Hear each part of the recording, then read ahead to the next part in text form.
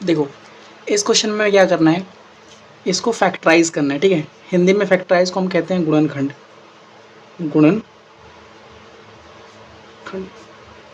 समझ में आया?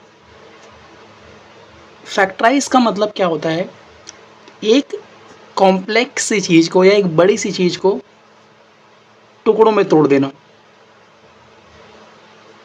ठीक है। इसका मतलब होता है फैक्टराइज, एक बड़ी सी चीज़ को टुकड़ों में तोड़ देना, यही आपका क्या होता है, फैक्टराइज होता है, ठीक है। अब हमें एक यहाँ पे बहुपद, इसको इंग्लिश में कहते हैं पॉलिनोमियल, हिंदी में कहते हैं इसको बहुपद। हमें एक बहुपद दिया गया है और हमें क्या करना है, इसको फैक्टराइज या इसके गुणनखंड करने हैं। तो पहला जो स्टेप है इस तरह के क्वेश्चन को करने का, स्टेप फर्स्ट आपका जो है, आप इसमें से कांस्टेंट टर्म पता करिए, या कांस्टेंट टर्म पता है ना, कांस्टेंट टर्म जिसकी वैल्यू चेंज नहीं होती। अगर आप ध्यान से देखोगे इस पॉलिनोमियल या इस बहुपद के अंदर 4 टर्म है, 4 पद हैं, 1 2 3 4। तो इन चारों पदों में से कौन सा पद आपका अचर, या इसको इंग्लिश में कहते हैं कांस्टेंट, कौन सा है, तो 2, यस, क्योंकि 2 के साथ x नहीं है तो इसलिए 2 हमारा क्या हो गया, कांस्टेंट टर्म हो गया। तो इस तरह के क्वेश्चंस में जब भी आपका ये क्वेश्चन आएगा तो पहले आपको क्या करना है, कांस्टेंट टर्म फाइंड करना है। तो मैंने अपना कांस्टेंट टर्म फाइंड कर लिया, और वो क्या क्या है, कांस्टेंट वैल्यू मेरी क्या है, ठीक है, ये मेरा कांस्टेंट वैल्यू आ गई। अब स्टेप सेकंड में आपको क्या करना है, स्टेप सेकंड के अंदर आपको 2 के फैक्टर्स लिखने हैं, ठीक है। तो 2 के फैक्टर्स हर किसी को पता है, फैक्टर्स ऑफ 2 क्या होंगे, factors of 2 will be 1 and 2।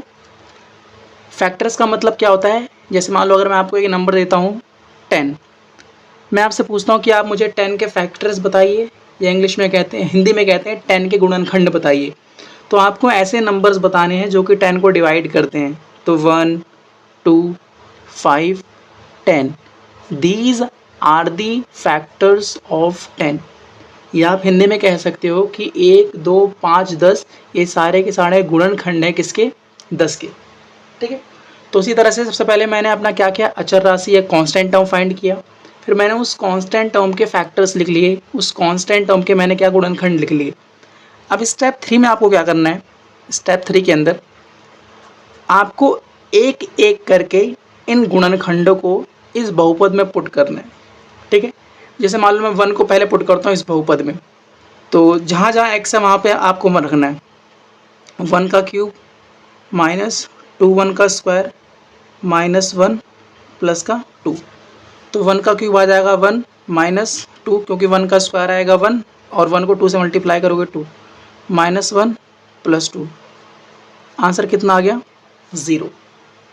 तो आपको यहीं पे रुक जाना है, ठीक है, क्योंकि आपने एक ऐसा फैक्टर पता कर लिया जिस पर आपका बहुपद क्या हो गया, शून्य हो गया, 0 हो गया। तो इसका मतलब at x equal to 1 polynomial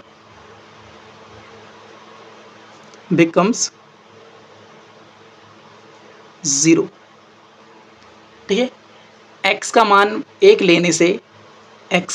लेने से मेरा बहुपद या मेरा जो पॉलिनोमियल है वो मेरा कैसा हो गया, शून्य हो गया। तो इसके बाद आपको क्या करना है, अब अगर आपको एक थ्योरम याद हो, फैक्टर थ्योरम याद है, गुणनखंड फैक्टर थ्योरम, हिंदी में इसको कहते थे गुणनखंड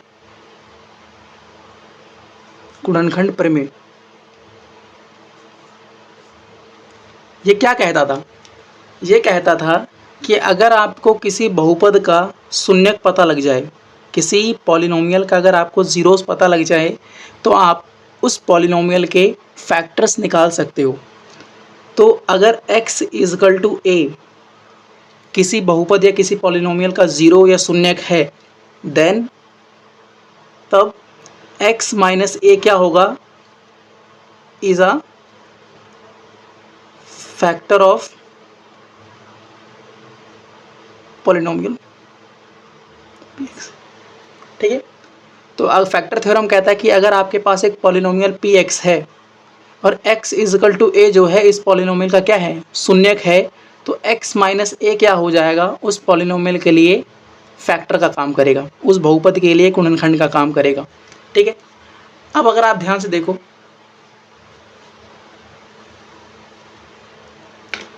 मुझे ये पता लग गया कि x इजकल टू 1 पे मेरा पॉलिनोमियल, मेरा बहुपद 0 हो जा रहा है। देन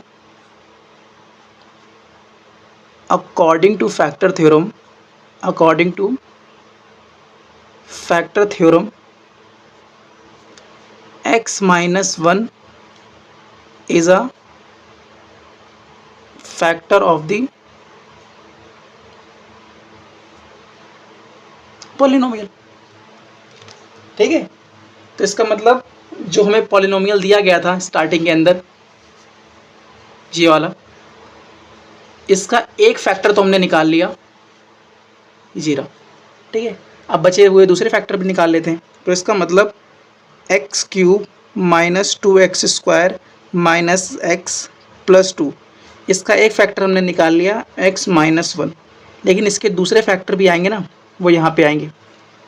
ठीक है, अब वो कैसे निकाले, वो हम निकालेंगे डिवाइड करके। मतलब x cube minus 2x square minus x plus 2 को आप डिवाइड करो x माइनस 1 से। यहाँ पर जो भी आपका आएगा वो आप यहाँ पे डायरेक्ट लिख देना। ठीक है, अब इसको डिवाइड करते हैं। अब देखो डिवाइड भी कैसे करते हैं, इसका भी इंपॉर्टेंट है, सीख लो कैसे करते हैं डिवाइड। आप मुझे यहाँ पे एक ऐसा चीज़ बताइए, एक ऐसा टर्म बताइए कि उसको x से मल्टीप्लाई करने पे x का क्यूब आ जाए। तो आप बोलोगे सर एक्स स्क्वायर, क्योंकि एक्स स्क्वायर को x से मल्टीप्लाई करोगे तो x क्यूब आ जाएगा, और एक्स स्क्वायर को आप -1 से मल्टीप्लाई करोगे तो माइनस का एक्स स्क्वायर आ जाएगा। अब साइन चेंज करो, ये प्लस का है तो ये माइनस का हो गया, ये माइनस का है तो ये प्लस का हो गया, कैंसिल आउट। माइनस का 2x स्क्वायर और प्लस का x स्क्वायर, तो हो जाएगा माइनस का x स्क्वायर माइनस का x प्लस का 2। अब बताइए, अब मैं यहाँ पे ऐसा क्या रखूँ कि उसको x से मल्टीप्लाई करने पे मुझे माइनस का x स्क्वायर मिले। याद रखना यहाँ पे माइनस है, तो यहाँ पे हम क्या रखें, यहाँ पे हमें रखना पड़ेगा माइनस का x। माइनस x को जब आप x से मल्टीप्लाई करोगे तो यहाँ आएगा माइनस का x स्क्वायर, और माइनस x को जब आप -1 से मल्टीप्लाई करोगे तो यहाँ आएगा प्लस का x। अब ये माइनस का है तो ये प्लस हो गया, ये प्लस का है तो ये माइनस हो गया, ये आपस में कैंसिल आउट हो गए। माइनस का x माइनस का x माइनस का 2x, और इसको ऐसे उतार लो 2। ठीक है, अब बताओ यहाँ पे ऐसा मैं क्या रखूँ कि उसको x से मल्टीप्लाई करने पे माइनस का 2x आ जाए। तो यहाँ पे रखना पड़ेगा आपको माइनस का 2। माइनस 2 को जब आप x से मल्टीप्लाई करोगे तो माइनस का 2x, और माइनस 2 को जब आप -1 से मल्टीप्लाई करोगे तो प्लस का 2। ये माइनस का है प्लस, ये प्लस का है ये माइनस, दोनों कैंसिल होकर कितना आ गया आपका 0। तो इसका मतलब जो यहाँ पे मुझे रखना था वो क्या आ गया मेरे पास, x square minus x minus का 2। देख रहे हो, ये अभी हम यहाँ पहुँच गए। लेकिन पता है अभी ये और भी टूट सकता है। अगर आप देखोगे ये हमारे पास क्या बन गया, ये हमारे पास बन गया क्वाड्रेटिक पॉलिनोमियल। हिंदी में क्या कहते हैं, द्विघातीय बहुपद। ठीक है, और द्विघातीय बहुपद या क्वाड्रेटिक पॉलिनोमियल को आपको फैक्टराइज करना आता है ना, कैसे, मिडिल टर्म स्प्लिटिंग से। भाई ये तो आपने सीख ही रखा है ना, तो आपने शायद 8th क्लास में ही सीख लिया होगा शायद कि क्वाड्रेटिक पॉलिनोमियल को आप कैसे फैक्टराइज करते हो, मिडिल टर्म स्प्लिटिंग से। ठीक है, अब मेरा मेन मोटिव है कि मैं इसके भी टुकड़े कर दूं, इसके भी टुकड़े कर दूं। अब करते हैं, देखो तो इसको अलग से करते हैं।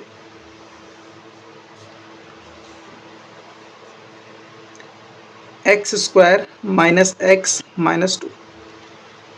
आप बताइए मुझे दो ऐसे नंबर्स बताइए जिनको जोड़ने या घटाने पे माइनस का 1x आता हो, और उनको मल्टीप्लाई करने पे कितना आता हो, -2 को जब आप एक्स स्क्वायर से मल्टीप्लाई करोगे तो कितना आएगा, माइनस का 2x स्क्वायर। तो मुझे आप दो ऐसे नंबर्स बताइए जिनको ऐड करने पे या सब्ट्रैक्ट करने पे तो माइनस का 1x आ जाए, और उनको मल्टीप्लाई करने पे माइनस का 2x स्क्वायर आ जाए। तो सिंपल सा साफ है, पता है, माइनस का 2x प्लस का x। चाहे देख लो, माइनस के 2x प्लस, जब आप माइनस का 2x प्लस x इन दोनों को आपस में ऐड करोगे तो आपके पास माइनस का x आएगा। और जब आप -2x को x से मल्टीप्लाई करोगे तो आपका आंसर आएगा -2x²। ठीक है, अब करना क्या है, पेयर बनाओ, कॉमन लो, इन दोनों में से क्या कॉमन आता है, x कॉमन चला गया तो यहाँ पर बच गया, और यहाँ क्या बचेगा, सॉरी यहाँ पे x का स्क्वायर है ना, तो यहाँ पे बच गया x, यहाँ बच गया 2। इन दोनों में से क्या कॉमन आ रहा है, 1, x - 2। अब इन दोनों में क्या कॉमन आ रहा है, x - 2, यहाँ x, यहाँ 1। तो देख रहे हो, इसके भी मैंने फैक्टर्स कर दिए, इसके भी मैंने गुणनखंड कर दिए। ठीक है, तो आपको करना क्या है, इसकी यहाँ इसकी जगह ये दोनों वैल्यूज़ ला के रख दो। तो इसका मतलब हमारा जो फाइनल आंसर आएगा,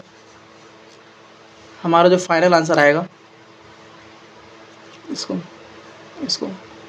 x³ - 2x² - x + 2। x - 1 तो पहले से ही था, x² - x - 2 को आपने क्या लिख दिया, x - 2 और x + 1। ये हमारा हो गया फाइनल आंसर।